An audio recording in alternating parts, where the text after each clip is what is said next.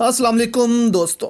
इस दुनिया में 2 अरब मुसलमान हैं और इनके होते हुए भी सिर्फ 90 लाख यहूदियों ने मुस्लिम दुनिया को आगे लगाया हुआ है। कैनेडियन वज़ीर आज़म ने भी खुलकर इसराइल की सपोर्ट का ऐलान किया था, लेकिन शायद वो भूल गए कि कनाडा में एक बड़ी आबादी मुसलमानों की भी है। मस्जिद में क्या वाक़या पेश आया उनके साथ आपके सामने रखते हैं। फिर एक ऐसी खबर आपको देंगे दोस्तों पाकिस्तान फॉरेन ऑफिस की कि आपको भी अफसोस होगा कि इस किस्म की बुज़दिली फ़लस्तीन के मामले में पाकिस्तान ने क्यों दिखाई है। अब कैनेडियन प्राइम मिनिस्टर दोस्तों एक मस्जिद में गए कल जुमे के खुतबे के दौरान। काफ़ी ख्याल रखते हैं वैसे कैनेडियन प्राइम मिनिस्टर वहाँ की सिख और मुस्लिम कम्युनिटी का, लेकिन जो इसराइल के हक में उन्होंने बयान दिए थे इसके बाद लोग उनके खिलाफ हो गए हैं।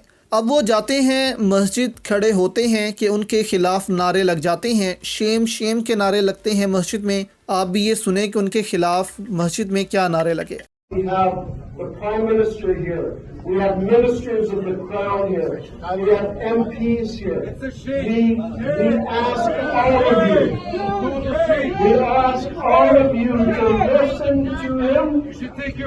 And if you want, please engage in dialogue. तो कनाडा की मुस्लिम आबादी के लिए दोस्तों एक लाइक तो बनता है कि वो खुलकर फ़लस्तीन के साथ इस वक्त खड़े हैं। अब मस्जिद से वो फिर जाने पर मजबूर हो जाते हैं कनाडा के वज़ीर आज़म, और बाहर निकलते हैं तो लोग उनके इंतज़ार में बाहर भी जमा होते हैं, और जैसे ही वो बाहर आते हैं वहाँ भी उनके खिलाफ नारे लग जाते हैं। ये वीडियो भी आप देखें। How many more Palestinian children need to be slaughtered? How many more before you call for a ceasefire? Boo! Boo! Stuck 6,500 under the rubble. 2,000 children. Shame on you. This man won't even call for a ceasefire to stop the slaughter of Palestinian women, children, and men. Shame, shame, shame. Don't use your human card. I'm just don't invite it. Upstairs. Shame, अब इस कदर लोग क्यों नाराज़ हैं Canadian prime minister से? क्या ऐसा स्टेटमेंट दिया उन्होंने इसराइल के हक में? देखें, अमेरिका जहां खड़ा हो जाता है कनाडा, ऑस्ट्रेलिया, यूरोप, इनको भी वहीं खड़ा होना पड़ता है, क्योंकि अमेरिका के पीछे ये ममालिक चलते हैं। अमेरिका को ये समझते हैं कि अमेरिका इनको रूस और चीन से बचा लेगा, और रूस चीन की ताकत को अमेरिका इतना मजबूत होने नहीं देगा कि ये ममालिक फिर यूरोप या कनाडा पर हमला करें या इनके मुफादात पर हमला करें। इसलिए ये ममालिक हमेशा अमेरिका के पीछे खड़े होते हैं। अब कनाडा ने जब देखा कि अमेरिका खुलकर इसराइल की फेवर में बोल रहा है, तो फिर कनाडा के प्राइम मिनिस्टर ने भी कुछ नहीं सोचा, उन्होंने सीधा जाकर कह दिया कि हम इसराइल की सपोर्ट में खड़े हैं। उन्होंने ये नहीं देखा कि एक बड़ी मुस्लिम कम्युनिटी उनके मुल्क में रहती है, एक सिख कम्युनिटी भी बड़ी तादाद में कनाडा में रहती है जो कि मुसलमानों के साथ खड़ी रहती है। कभी भी सिखों ने इसराइल की फेवर यहाँ पर नहीं की, तो इस वजह से फिर मामलात ख़राब हुए। अगर यहाँ पर कैनेडियन वज़ीर आज़म एक स्टेबल स्टेटमेंट जारी करते तो इस वक्त ये इंसल्ट बर्दाश्त ना कर रहे होते। खैर, कैनेडियन वज़ीर आज़म की इंसल्ट तो चले हो गई, लेकिन पाकिस्तानी हुकूमत की इंसल्ट रोज़ होती है, लेकिन इनको फिर भी कोई फ़र्क नहीं पड़ता। अब फॉरेन ऑफिस ने ऐसा बयान जारी किया है जिससे इसराइल को और शय मिल गई है कि वो बदमाशी करे।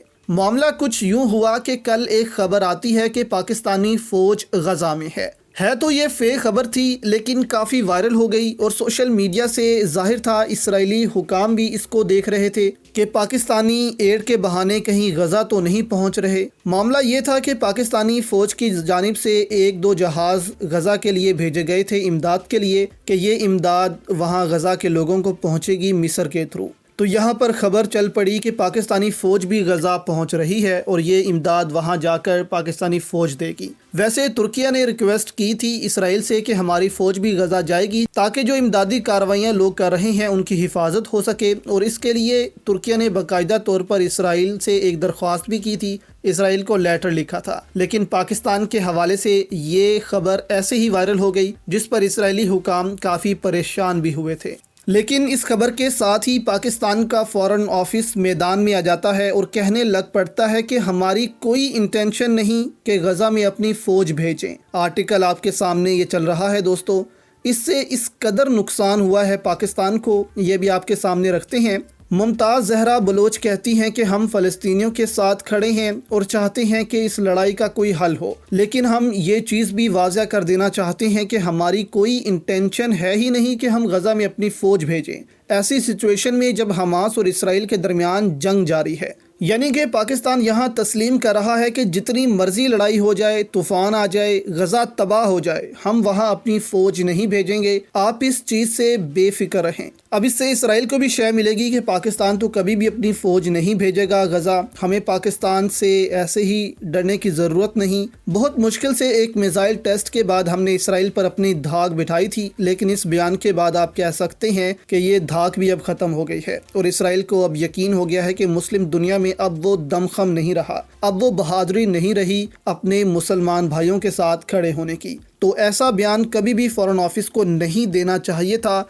अगर फेक खबर फैलती थी तो उसको फैलने देते, लेकिन अमेरिका को खुश करने के लिए ऐसे बयानात हमें इस मौका पर नहीं देने चाहिए थे जब गज़ा की ये सिचुएशन है। इस खबर में ऐसे बयानात को जाने दिया जाता है, जितनी ऐसी खबरें फैलती हैं उनको फैलने दिया जाता है ताकि अगला जो मुल्क है वो थोड़ा डिस्ट्रैक्ट हो जाए। लेकिन यहाँ पर पाकिस्तान ने ऐसा लगता है कि क्लियर करके इस सारी सिचुएशन का फ़ायदा जो है वो इसराइल को दे दिया है कि इसराइल फ़िक्र ना करे, हमारी ऐसी कोई इंटेंशन नहीं है कि हम गज़ा में अपनी फ़ौज भेजें।